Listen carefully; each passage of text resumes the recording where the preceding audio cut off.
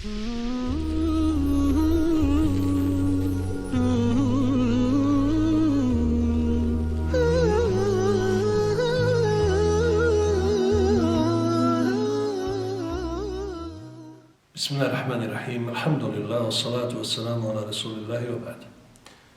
Današnji hadis zabilježili su nam imami Buhari i Muslim, a prenio ga je Ebu Hureyre radijallahu ta'ala anhu. U njemu stoji da je Allahu poslanik sallallahu alejhi ve selleme kazao: "Bejnema rajulun yamshi bi tariq ishtadda alayhi al-'atash, fawajada bi'ran fanazala fiha wa shariba thumma kharaja." Dok je neki čovjek hodao i išao putem, jako je ožednio. Naišao je na bunar, sišao u njega, napio se, a onda izašao. فَإِذَا كَلْبٌ يَلْهَثُ يَأْكُلُ الثَّرَى مِنَ الْعَطَشِ.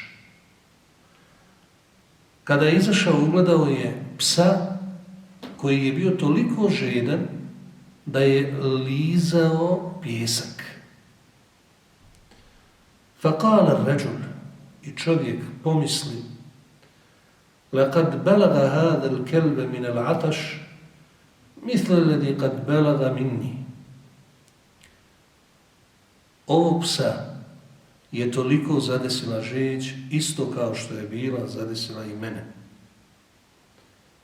فنزل البئر فملأ خفه ماء ثم أمسكه بفيه حتى رقي فسقى الكلب. I čovjek se spustio u bunar ponovo. Napunio je svoju cipelu vodom, stavio je u usta da je iznese iz bunara, a onda se popeo i napojio psa. فَشَكَرَ اللَّهُ لَهُ فَغَفَرَ لَهُ. Allah mu je zbog toga oprostio grijehe. U drugom predanju uveo ga i u džennet. فَقَالُوا, ashabi pomalo začuđeno rekoše: Ja Rasulallah, Allahu poslaniče, inna lana fil bahaimi ajran, zar ćemo biti nagrađeni i za životinje ako im uradimo dobro? فَقَال, poslanik alejhi salatu vesselam im je kazao: fi kulli kebidin ratbetin ajr.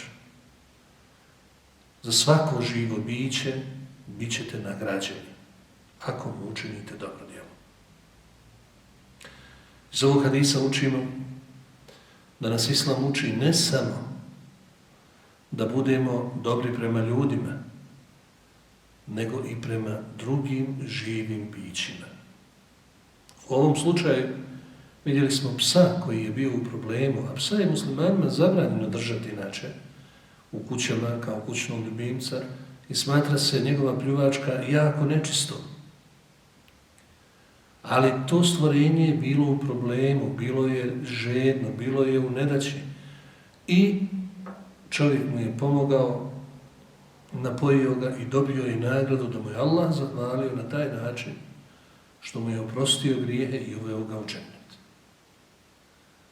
Prema tome nema nikakvog sukoba činjenica da šerijat je označio psa, odnosno njegovu pljuvačku, da je nečista i zabranio da se drži u kući i meleci ne ulaze u kuću u kojoj se nalazi pas ili slika živog bića, i to da se čini dobročinstvo svim stvorenjima kada su u potrebi. Wallahu a'lam, sallallahu ala nabina Muhammed, assalamu alaikum.